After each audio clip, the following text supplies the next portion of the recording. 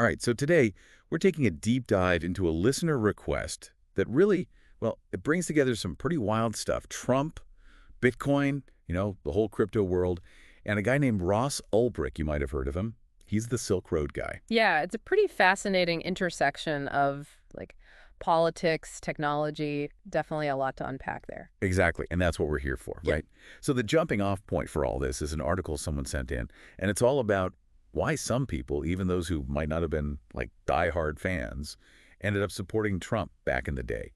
And let me be clear, we're not here to rehash the 2016 election or tell you what to think. Right, this is about understanding the why. Exactly. We're digging into the reasoning and the arguments, especially where they connect to these bigger questions about technology and freedom and all that.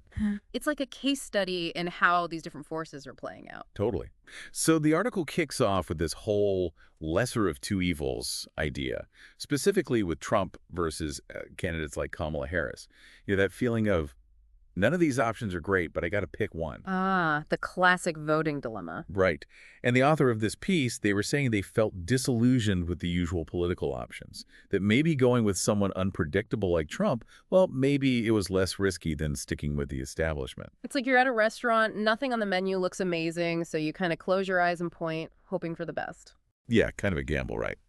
Okay, so then the article takes this really interesting turn. It brings up Ross Ulbricht. Now, for those who don't know, Ulbricht created Silk Road, this online marketplace, kind of like the early days of the dark web, and it used Bitcoin for transactions. Which was pretty groundbreaking at the time. Totally. But a lot of those transactions involved, well, illegal stuff, Right. drugs mainly, and Ulbricht ended up getting a life sentence. Which a lot of people saw as incredibly harsh. Right. And this is where the article connects it back to Trump. See, Ulbricht's supporters felt like his sentence was way out of line, especially compared to, say, the people involved in the 2008 financial crisis who didn't really face any consequences. It's that question of, is the system really fair? Especially when you have these new technologies disrupting everything. And that's exactly the argument the article makes. Is it right to throw the book at someone like Ulbricht, a first-time offender, nonviolent, while those who tanked the global economy basically get a slap on the wrist? For some people, that really resonated with this idea that the system is rigged. And here's the kicker. During his presidency, Trump actually considered pardoning Ulbricht, which was huge for certain groups. Absolutely. It tapped into this idea of single-issue voting. For those who saw Ulbricht's sentence as a major injustice, a pardon wasn't just about one guy.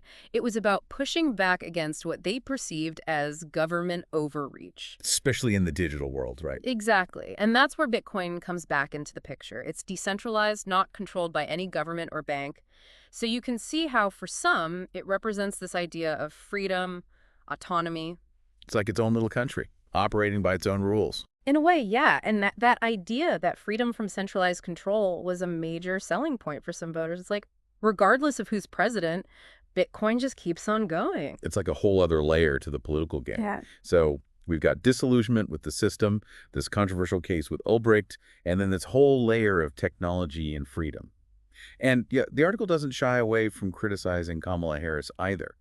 They bring up her policies, specifically how some saw them as potentially harmful to things like economic stability. Which is a good reminder that elections are about choices. No candidate is perfect, and it's important to understand where they stand on the issues that matter to you. Do your research. Don't just vote based on what you see on social media or whatever.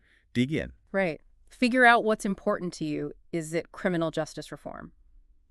Economic policy? The future of technology?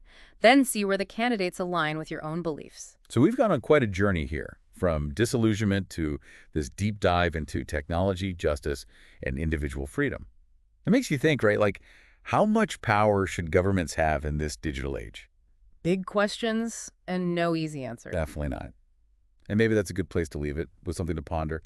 As we navigate this digital world, think about the Ulbricht case. Does it change how you view the balance of power? How much control is too much? Right, folks? That's all the time we have for today's deep dive. Thanks for joining us.